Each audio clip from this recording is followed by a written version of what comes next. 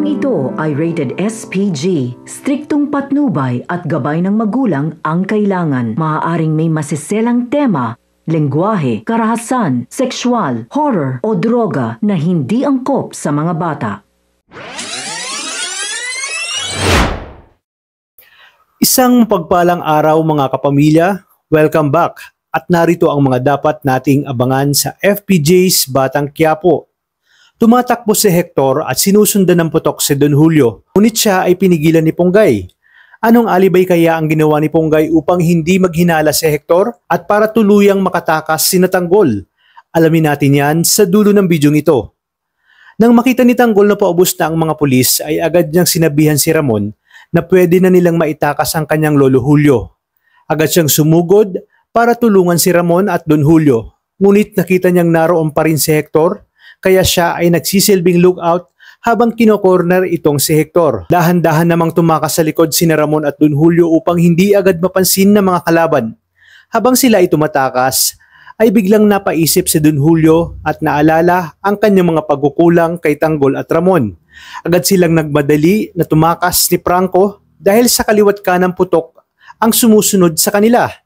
Naisip naman ni Tanggol na pasabugin ang mga gas tank para maging proteksyon nila laban sa kapulisan at hindi na sila masundan. Pinagbabaril niya rin ang mga umaaligid na kalaban para masigurong hindi rin sila mahabol ng mga ito.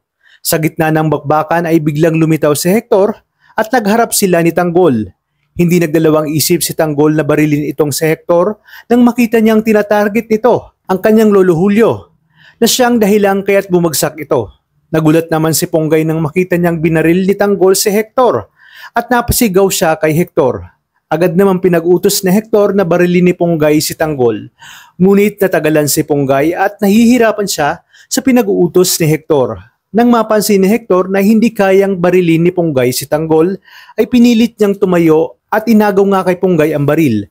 Nakita naman ito ni Tanggol na paparating at matapang niya itong sinalubong dala ang tapang at determinasyon sa kagustuhan niyang mailigtas ang kanyang lolo. Ang hindi niya alam ay nakakuha si Hector ng tiyempo upang matarget itong si Don Julio. Nakita niyang papatakas ito at sinusundan niya habang tumatakbo. Agad niyang itinutok ang kanyang baril. Nakita naman ito ni Ponggay at hindi nagdalawang isip si Ponggay na iharang ang kanyang sarili, na siyang labis na ikinagulat ni Hector.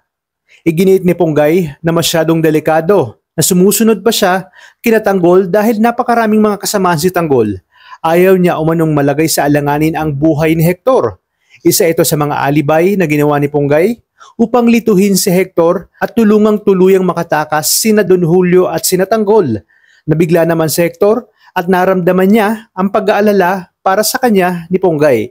Ang hindi niya alam ay binibilog lamang ang kanyang ulo ni Ponggay at tuloy na nga itong kumakampi sa mga Montenegro lalong-lalo na kay Tanggol. Kaya namang kapamilya, tuloy-tuloy ang pagsubaybay dito lang sa numero 1 teleserye ng Sambayanan, ang FPJ's Batang Quiapo. Maraming salamat sa inyong panonood at pagpalain tayong lahat, kapamilya.